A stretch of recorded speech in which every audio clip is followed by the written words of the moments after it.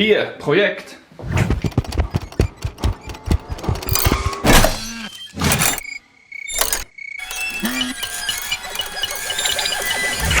Hallo und herzlich willkommen bei Rhinoworks. Das Jahr neigt sich schon wieder dem Ende zu und wir stehen kurz vor Weihnachten. Zeit, um sich wieder mal Gedanken über ein paar kleine Geschenke zu machen. Das hier ist meine Restekiste, sprich die Kiste, wo ich solche Abschnitte von Massivholzprojekten aufbewahre. Und die kommt uns heute gerade recht. Wir machen uns nämlich einen kleinen Flaschenöffner. Das Einzige, was ihr eigentlich dafür braucht, sind solche Dinge. Die gibt es überall im Internet, wenn ihr irgendwie sucht nach Flaschenöffner rund oder Bottle Opener Inlays oder so irgendwas, findet ihr das. Weiter brauchen wir, wie gesagt, ein paar Reste aus der Resteholzkiste und ein paar Werkzeuge, wären natürlich auch nicht schlecht. Schauen wir mal, was wir finden können.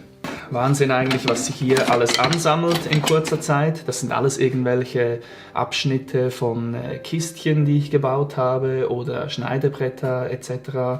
Und viele von den Dingen kann man eigentlich wirklich noch gut brauchen, um irgendwelche kleinere Projekte wie dieses eben zu realisieren.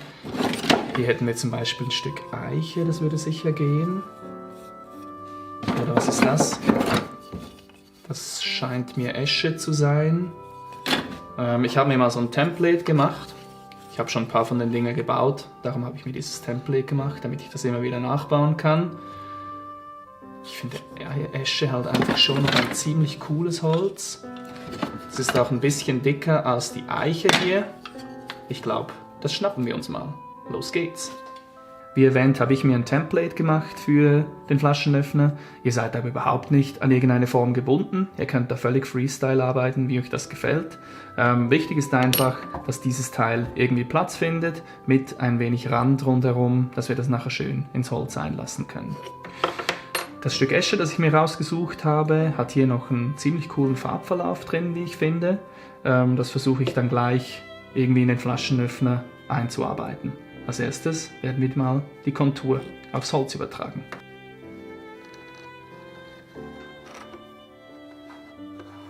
So, das Ganze werden wir jetzt grob vorsägen. Das kann man mit der Wandsäge machen, geht aber genauso gut mit Handwerkzeug, das werde ich gleich machen.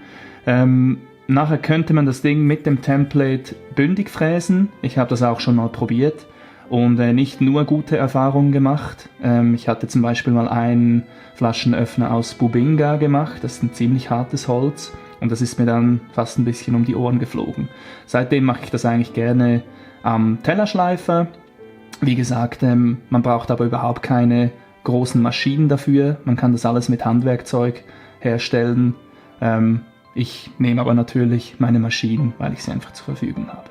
Und jetzt legen wir los.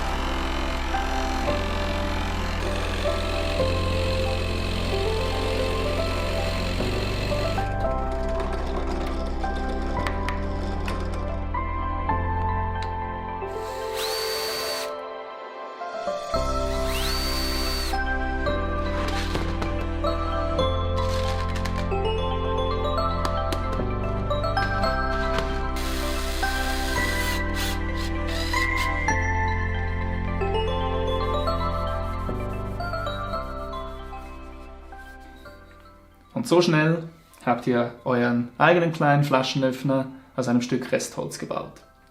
Wie ihr seht, habe ich schon ein bisschen Erfahrung mit den Dingen. Ich habe in letzter Zeit wahnsinnig viel davon gebaut, einfach auch, weil es mega fun ist. Und wenn man ein paar davon gemacht hat, dann ist so ein Ding eigentlich in etwa 20 Minuten fertig gebaut. Eignet sich also auch wunderbar als kleines Mitbringsel, wenn ihr irgendwo eingeladen seid, schnell in die Werkstatt, so ein Ding gebaut und der Gastgeber freut sich darüber. Das Wichtigste ist jetzt aber, funktioniert das Teil überhaupt? Schauen wir mal. Ich würde sagen, wunderbar. Wenn euch solche Projekte gefallen und das Video gefallen hat, dann würde ich mich freuen, wenn ihr mir einen Daumen da lasst, was Nettes in die Kommentare schreibt und gerne auch meinen Kanal abonniert. Es kommen nämlich viele weitere Videos. In diesem Sinne, Prost und fröhliche Weihnachten. Bis bald.